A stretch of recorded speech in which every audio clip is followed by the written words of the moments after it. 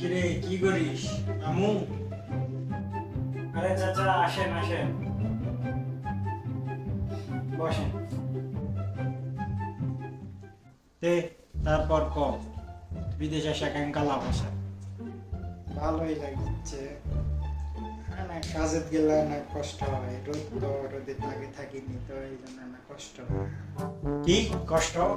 তুই এটা কষ্ট করতু? আমি আশা কত কষ্ট করছি জানিস? এখন থেকে 8 বছর আগে আমি আইছি আশা, তখন তো তোর মতো ইনকা মামা চাচা আসলো না, একাই সব করেছি একাই। কোম্পানির বসের সাথে ওটা বসা আশাই মনে কর যে গড়গড়ায় মালাই টালাই করে শেষ করে ফেলে দিছি। তুই তো আশা 1 মাসে আগে কিছু শিখিসনি। আরে আমি যখন আইছি তখন যে কষ্ট করেছি টাকার জায়গা আসলো না, কাম আসলো না, পাম বাগানে যা কাম করেছি, এত বড় বড় মশা, এত বড় বড় সেলা মশাই কামড়া এখনো দাগ আছে, একটু পরে দেখানো এলা তো বলে বিশ্বাস করি না। তোমরা তো আশা কি সুখে আছো চিন্তা করছো, তো আসার সাথে সাথে ইন্টারভিউ ফিল্ম দিয়েছি, কি সুন্দর হয়েছি আমরা, তাও তো খেলতে না দেখলা কেউ কষ্ট পায়। আসা 3 টাকা ঘন্টা কাম করেছি, 3 টাকা ঘন্টা, তাও 4 মাস কাম করেছি, টাকাই পাই না, তাও তো তোরা বসে থাকিস। কামত যাস, কামত থেকে আসিস, কামত তো কোনো কষ্ট হয় না। আর আমরা পামেন কাটিছি, পামেন তোরা আল্লাহ বুঝবো না, বুঝবো না। আরো যে কত কষ্ট করেছি এই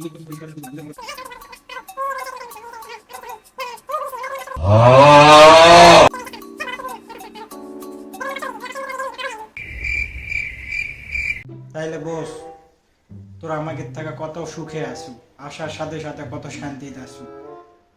না চাচা আমি আসলে ওটা খুব আর চাইনি। বেশ তুই আর কথাই কইস না তো। তোর বাবা ফোন দিয়ে আজকাই কোনো হবে না, এই বাইক লিয়া দা, টাকা টুকা বিমানের পাঠাক, টিকিট কাটা দিই, চলে দা, তোকে থাকা লাগবে না, তোর থাকার দরকার নেই। সাসা সাসা सारी उम्र मैं जो कर जा बड़े आ रहा तेरे पीछे ये जिंदगी सर्कस हो।